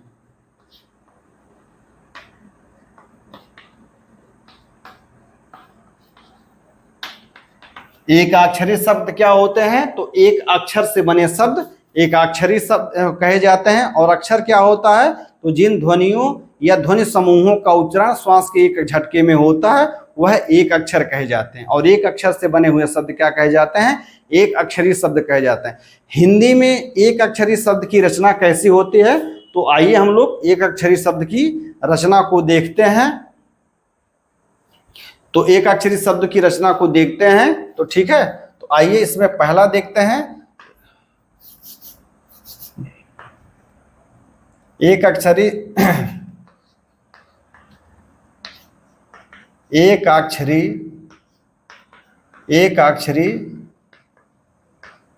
अक्षरी शब्दों की रचना। एक अक्षरी शब्दों की हम लोग रचना देख लेते हैं। पहला क्या है कि एक अक्षरी शब्दों की बनावट कैसी होती है। बनावट क्या है, ठीक है। और बनावट क्या है और शब्द क्या है। बनावट क्या है और उस बनावट से कौन से शब्द बनते हैं। तो पहला है केवल स्वर। केवल स्वर के अंतर्गत इसको हम लोग थोड़ा ऊपर लिख दें क्योंकि ये बहुत बड़ा है, ठीक है। शब्द में अक्षरों की संख्या, इसको हम लोग ऊपर लिख लेते हैं ताकि एक ही बार में आ जाए। हम लोग एक अक्षरी शब्द देख रहे हैं, तो सबसे हम ऊपर लिख लेते हैं बनावट और उसके पश्चात है शब्द। तो एक अक्षरी शब्दों की बनावट किस प्रकार की होती है। तो पहला है केवल स्वर, केवल स्वर। अक्षर की चर्चा करते हुए हमने कहा है कि अक्षर के निर्माण में स्वर केंद्र में होते हैं, अर्थात किसी भी अक्षर के निर्माण में एक स्वर का होना अनिवार्य है। तो केवल स्वर भी अक्षर कहे जाते हैं, केवल स्वर भी क्या कहे जाते हैं, अक्षर कहे जाते हैं। इसका उदाहरण हुआ अ, आ, ई, अर्थात सभी स्वर क्या हुए, एक अक्षरी शब्द हैं कि केवल स्वर के जो उदाहरण होते हैं वह हैं। ठीक है। दूसरा होता है स्वर धन व्यंजन। एक अक्षरी शब्दों की जो दूसरी बनावट होती है वह क्या होती है, वह होता है स्वर धन व्यंजन। तो पहले क्या आता है, स्वर आता है और उसके बाद में व्यंजन आता है। जैसे अब हुआ, आज हुआ। ठीक है, अब हुआ, आज हुआ। तो आप लोग पूछेंगे कि बै को हलंत क्यों लिखा गया है और आज में जय को हलंत क्यों लिखा गया है। तो अभी हम लोगों ने अलोप के नियमों का चर्चा किया है और उसमें बताया है कि अंत में आने वाले अ का लोप हो जाता है, उच्चारण में शब्द के अंत में आने वाले अ का लोप हो जाता है। ठीक है। इसमें एक तीसरी बनावट आती है, स्वर धन व्यंजन हो गया, तो व्यंजन धन स्वर। अर्थात यदि किसी भी अक्षर में पहले स्वर आएंगे, पहले व्यंजन आएंगे और बाद में स्वर आएंगे, तो वह भी क्या होता है, एक अक्षरी होते हैं, एक अक्षरी शब्द होते हैं। तो न हो गया, खा हो गया, पी हो गया, जा हो गया। अर्थात पहले व्यंजन आए हैं, उसके पश्चात स्वर आए हैं। उम्मीद है कि आप लोग इनका वर्ण विच्छेद समझते होंगे, और यदि नहीं समझते हैं तो आगे की वीडियो हम लोग वर्ण विच्छेद पर ही चर्चा करने वाले हैं। इसका जो चौथा बनावट है वह है व्यंजन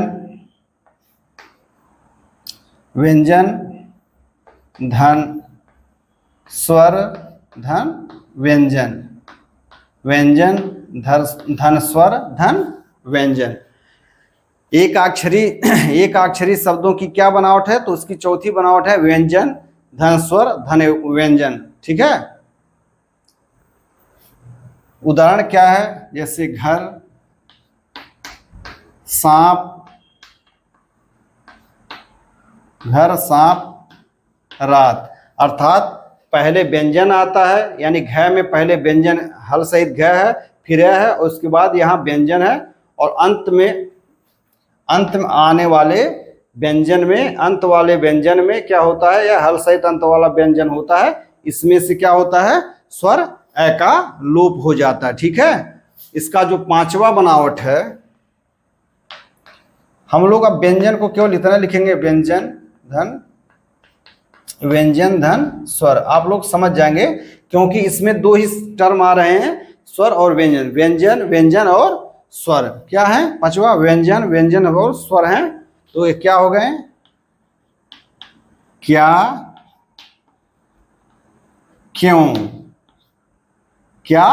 क्यों। ठीक है। इसमें पहले व्यंजन है, फिर व्यंजन है, उसके पश्चात क्यों है। ठीक है। उसी प्रकार एक शब्द और हम लोग लिख लेते हैं, श्री। अब हम लोग अगर हम एक एक शब्दों का वर्ण विच्छेद करेंगे तो काफी देर होगा। ठीक है। तो आप लोग इसको ऐसे टोन करके दिखा दे। जैसे मान लीजिए श्री है, पहले स है, धन र है, धन दीर्घई है, यानी यह भी व्यंजन है, यह भी व्यंजन है, और यह क्या है, स्वर है। इसी प्रकार हम सभी का भी वर्ण विच्छेद करके देख लेंगे, ठीक है। इसकी जो छठवां है वह है व्यंजन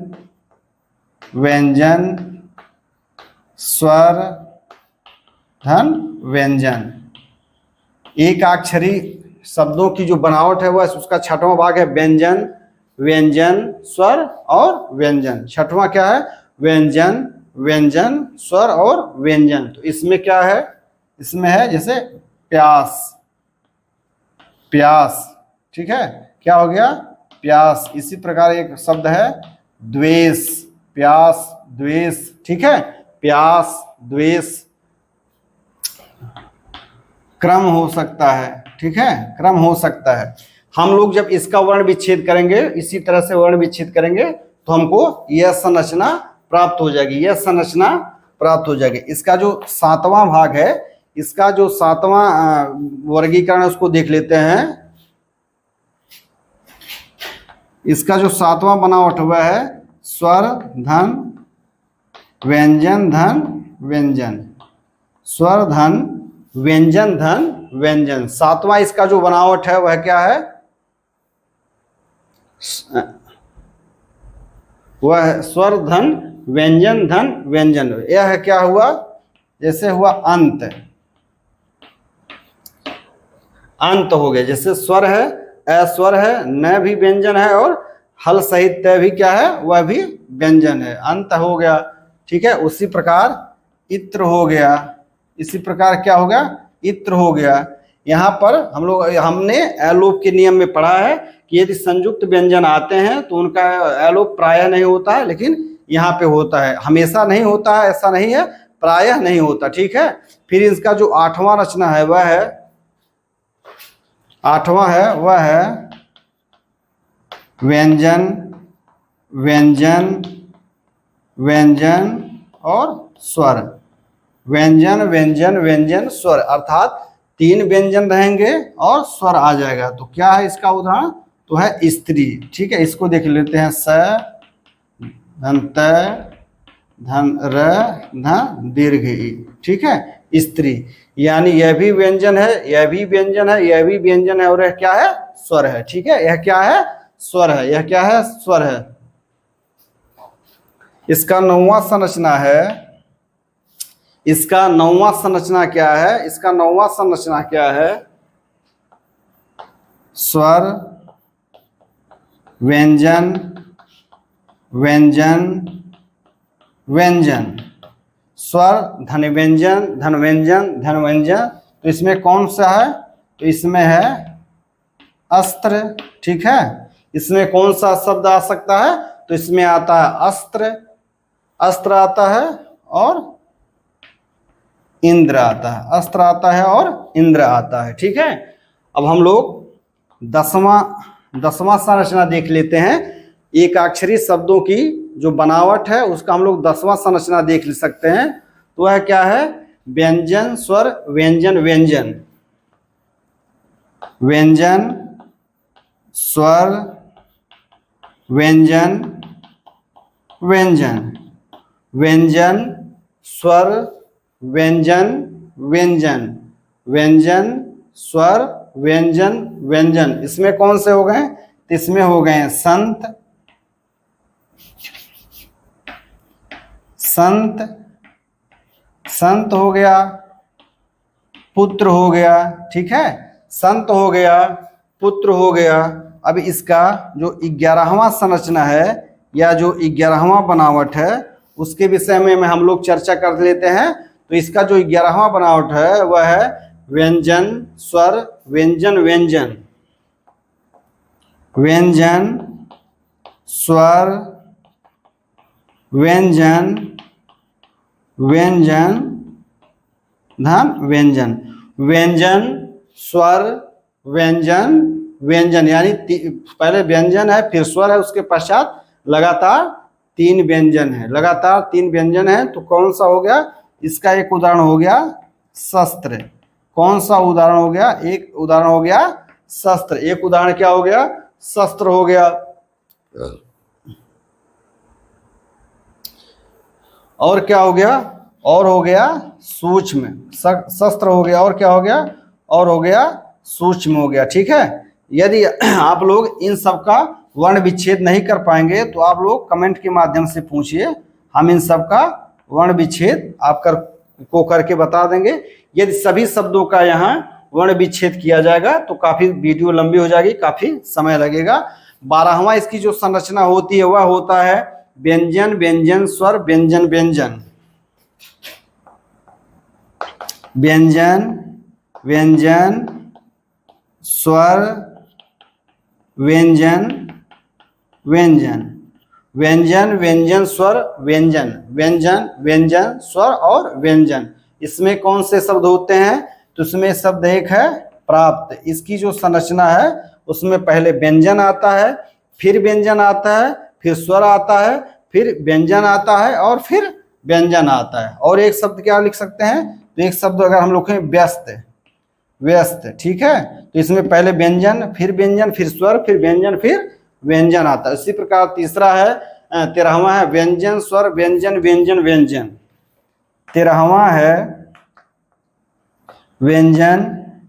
13वां संरचना इसका क्या है? 13वां है व्यंजन धन स्वर धन व्यंजन व्यंजन धन व्यंजन।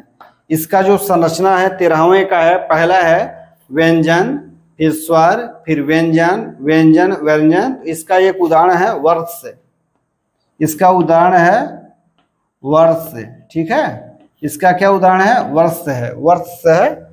इसकी जो 14वीं संरचना होती है, इसकी जो 14वीं संरचना होती है वह देख लेते हैं। तो व्यंजन व्यंजन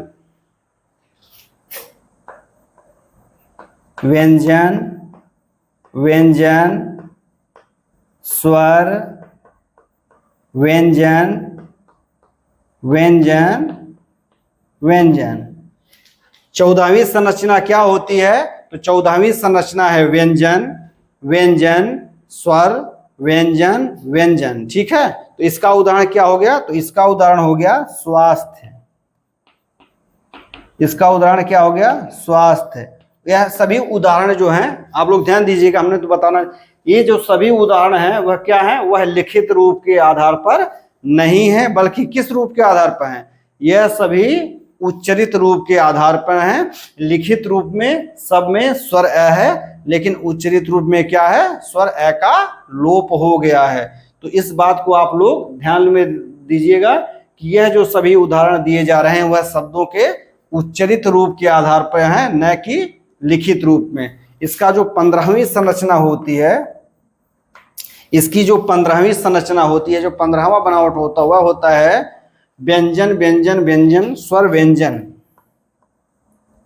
व्यंजन व्यंजन व्यंजन स्वर और व्यंजन, व्यंजन व्यंजन व्यंजन स्वर और व्यंजन, व्यंजन व्यंजन व्यंजन स्वर और व्यंजन। तो इसका क्या उदाहरण हुआ? इसका उदाहरण हुआ स्त्रैण, यानी स्त्रियों से जो संबंधित स्त्रैण है, इसको क्या कहते हैं? स्त्रियों से संबंधित स्त्रैण, ठीक है।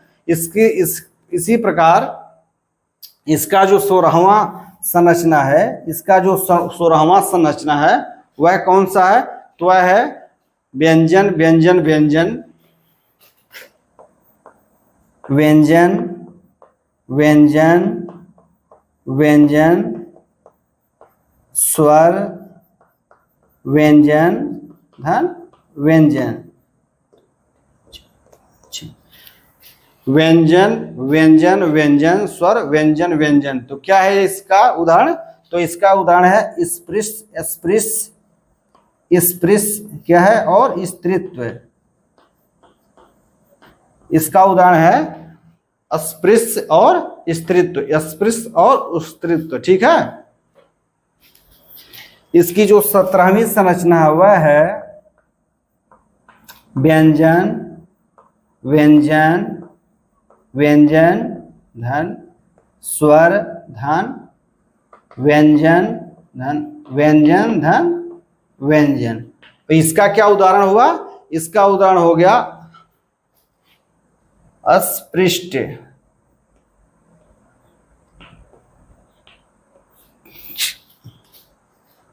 इसका जो उदाहरण हुआ वह हुआ अस्पृष्ट, ठीक है। यानी एक अक्षरी शब्दों की जो बनावट है वह 17 प्रकार की बनावट है। हो सकता है इससे अधिक प्रकार के भी बनावट वाले शब्द हों, ठीक है। इससे हो सकता है अधिक प्रकार के बनावट वाले भी शब्द हों, ठीक है। तो इसका भी कोई भी अंत नहीं है, क्योंकि शब्द अगर होंगे तो उसका बनावट हम लोग उच्चारण के आधार पर कर सकते हैं। आप लोग चाहें तो इसका स्क्रीनशॉट ले सकते हैं, आप लोग चाहें तो इसका स्क्रीनशॉट ले सकते हैं, ठीक है। यानी हिंदी में जो एक अक्षरी शब्द हैं, हिंदी में जो एक अक्षरी शब्द हैं, उन सब की बनावट इस प्रकार से हुई। आइए अब आगे कुछ और चर्चा करते हैं। हिंदी में एक अक्षरी, दो अक्षरी, त्रिअक्षरी, चतुर्थ अक्षरी और पंचाक्षरी शब्द पाए जाते हैं। उसके आगे के भी शब्द पाए जाते हैं। तो शब्द रहने पे यदि हम लोग उच्चारण की अलोप विधि का प्रयोग करेंगे तो हम लोग क्या कर पाएंगे, हम लोग किसी भी शब्द में कितने अक्षर हैं, किसी भी शब्द में कितने अक्षर हैं, हम लोग उसका निर्धारण कर पाएंगे। तो अभी हमने क्या पढ़ा, एक अक्षरी शब्द पढ़ा। एक अक्षरी शब्द कहे किसे कहते हैं, पहले एक अक्षर कहेंगे तो स्वर के एक आघात में उच्चरित ध्वनि या ध्वनि समूह को एक अक्षर कहते हैं, और एक अक्षर से बने शब्दों को एक अक्षरी शब्द कहते हैं। फिर हमने एक अक्षरी शब्द की बनावट देखा तो 17 प्रकार की बनावट हमारे सामने आया। हो सकता है और शब्द हो तो उससे अधिक प्रकार की भी बनावट हो सकती है। फिर है द्विअक्षरी शब्द किसे कहते हैं, तो जिन शब्दों का निर्माण दो श्वास के आघात, दो श्वास के झटके में हो सकता है, उसे क्या कहते हैं, उसे द्विअक्षरी शब्द कहते हैं। जैसे हुआ आजकल, ठीक है, जैसे क्या हुआ आजकल, लिख लेते हैं। दो अक्षरी शब्द, दो अक्षरी शब्द, तो जिन शब्दों का उच्चारण दो श्वासाघात में होता है उन्हें क्या कहते हैं, दो अक्षर कहते हैं, और दो अक्षर से बने हुए शब्द दो अक्षरी शब्द कहते हैं। इसका उदाहरण क्या हुआ, आजकल हम लोग लिख लेते हैं आजकल। लेकिन आजकल का हम जब उच्चारण करते हैं तो एक बार में बोलते हैं आज और एक बार में कल, तो इसमें आज एक अक्षर हो गया और कल दूसरा अक्षर हो गया, यानी यह क्या है, यह दो अक्षरी शब्द है। यह क्या है, यह दो अक्षरी शब्द है। उसी प्रकार से और क्या शब्द है, वो और क्या शब्द है, वह है आया, मामा, ठीक है। यानी यदि दो बार उसका उच्चारण, जैसे माँ माँ, एक आघात में माँ का उच्चारण, दूसरे आघात में फिर माँ का उच्चारण मामा। आया का एक श्वासाघात में आ, फिर दूसरे श्वासाघात में या, आया, इस प्रकार हुआ। इसी प्रकार तीन अक्षरी शब्द, तो जिन शब्दों का उच्चारण तीन श्वास के आघात में होता है, अर्थात शब्द में क्या होते हैं, तीन स्वर उच्चरित होते हैं, तो उन्हें क्या कहते हैं, उन्हें कहते हैं तीन अक्षरी। यानी तीन अक्षर से बने हुए शब्द क्या कहते हैं, तीन अक्षरी। तीन अक्षर से बने तीन अक्षरी शब्द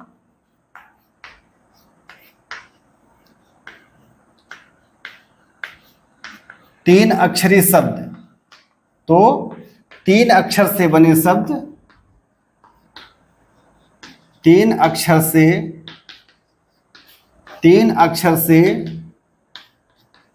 बने शब्द क्या कहलाते हैं, तीन अक्षरी शब्द कहलाते हैं। इसका उदाहरण कैसे हो गया, जैसे हो गया सफलता, ठीक है, सफलता। यानी हम स का उच्चारण एक बार में करेंगे, फल का उच्चारण एक बार में करेंगे और ता का उच्चारण एक बार में करेंगे, सफलता, सफलता, ठीक है। उसी प्रकार हुआ आकलन, यानी ठीक है, नहीं आकलन, ठीक है, आकलन। आक का उच्चारण एक बार में करते हैं, ल का उच्चारण फिर करते हैं और न का उच्चारण फिर करते हैं। उसी प्रकार एक शब्द हो गया आइए, आइए, यह क्या हो गए, यह तीन अक्षरी शब्द हो गए। उसी प्रकार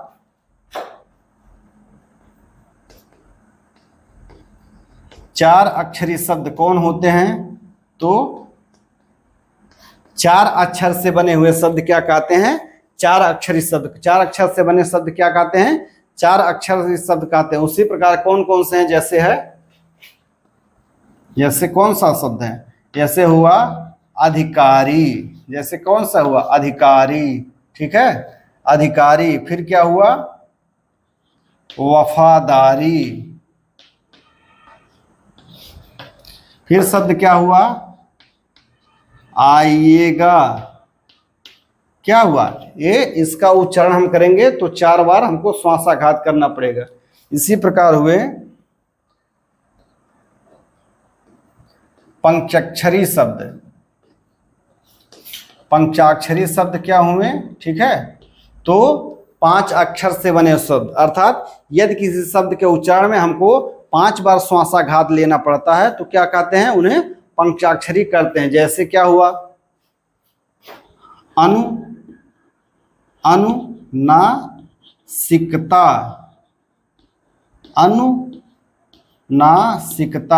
जैसे ए का उच्चारण एक बार, नु का एक बार, ना का एक तीसरी बार, सिक का चौथी बार, लेकिन क का उच्चारण इसमें नहीं होता है। अनुनासिकता यानी यह 1 2 3 4 5 5 अक्षरी शब्द। उसी प्रकार है उठाइए, उठाइएगा, यह क्या हो गए? यह सब पंचाक्षरी शब्द हुए।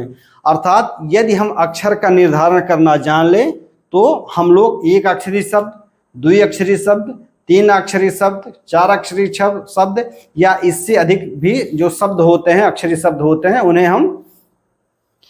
उन्हें हम सरलता से ज्ञात कर सकते हैं। तो आइए फिर अक्षर के क्रम में हम लोग और पढ़ते हैं। तो अक्षर के प्रकार क्या हो गए? अक्षर के प्रकार। तो अक्षर के प्रकार कितने प्रकार के होते हैं? तो अक्षर 2 प्रकार के, अक्षर 2 प्रकार के होते हैं। अक्षर 2 प्रकार के होते हैं। पहला क कौन सा होता है? क होता है मुक्त अक्षर, मुक्त अक्षर या मुक्ताक्षर, मुक्त अक्षर या मुक्ताक्षर, मुक्त अक्षर या मुक्ताक्षर। तो स्वर ध्वनि से अंत होने वाले अक्षर, स्वर ध्वनि से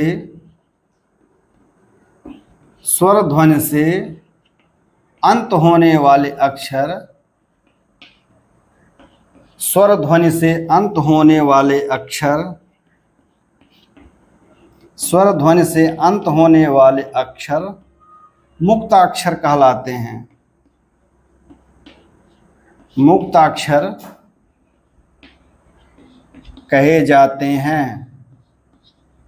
स्वर ध्वनि से अंत होने वाले अक्षर मुक्ताक्षर कहे जाते हैं। यथा आया, कोई, राही आदि। इतना हम आप लोगों पर विश्वास रखते हैं कि आप लोग इन साधारण शब्दों का वर्ण विच्छेद सरलता से कर पाएंगे। यदि आप लोग वर्ण विच्छेद करने में असमर्थ रहेंगे तो हम लोग अगली कक्षा में, इससे आगे की कक्षा में समय मिलने पर वर्ण संयोग वर्ण विच्छेद पर चर्चा अवश्य करेंगे। दूसरा है इसका जो ख भाग होता है, क्या होता है? वह होता है बद्धाक्षर। बद्धाक्षर किसे कहते हैं? तो बद्धाक्षर क्या होता है? तो व्यंजन ध्वनि से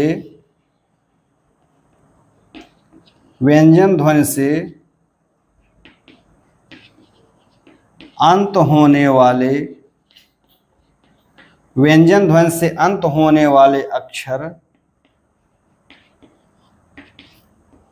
बद्धाक्षर कहे जाते हैं।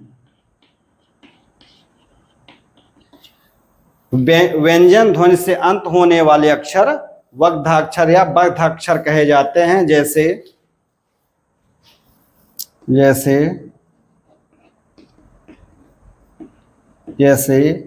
तुम, आज, कल, रात आदि। यहाँ पर यह ध्यान रखना अति आवश्यक है कि अक्षर का निर्धारण लिखित आधार पर नहीं किया जाता है बल्कि उच्चारण के आधार पर किया जाता है। तो आज की कक्षा में हमने हिंदी भाषा के भाषिक पक्षों के विषय में पढ़ा। तो हमने हिंदी भाषा के 4 भाषिक पक्ष देखे: अक्षर, बलाघात, अनुतान और संगम। तो हमने अक्षर के विषय में चर्चा किया, हमने अक्षर की परिभाषा के बारे में जाना, और हमने इस बात पर भी चर्चा किया कि लोग वर्ण को अक्षर क्यों कहते हैं, और हमने किसी शब्द में कितने अक्षर हैं उसका निर्धारण कैसे किया जाता है। तो हमने जाना कि किसी शब्द में कितने अक्षर हैं उसका निर्धारण एलोप विधि से किया जाता है, और एलोप विधि में कुल हमने 5 नियमों को पढ़ा, और हमने एक अक्षरी, द्विअक्षरी, त्रिअक्षरी, चतुर्थाक्षरी और पंचमाक्षरी शब्दों के संरचना बनावट के विषय में पढ़ा, और अंत में हमने अक्षर के प्रकार के विषय में पढ़ा। तो अक्षर के 2 प्रकार होते हैं, पहला होता है मुक्त अक्षर, दूसरा होता है बद्ध अक्षर। तो शब्द के स्वर ध्वनि से अंत होने वाले अक्षर मुक्त अक्षर कहे जाते हैं, जबकि व्यंजन ध्वनि से अंत होने वाला अक्षर बद्ध अक्षर कहे जाते हैं। तो उम्मीद करते हैं कि आप आज की कक्षा आप लोगों के ज्ञान को वृद्धि रखेगी। अतः आप सभी को से पुनः एक बार निवेदन है कि आप लोग चैनल को सब्सक्राइब करें, इसको शेयर करें और इसको लाइक भी करें। आवश्यकता पड़ने पर आप लोग कमेंट भी कर सकते हैं। तो आज की कक्षा में सहयोग देने के लिए आप सभी को पुनः धन्यवाद।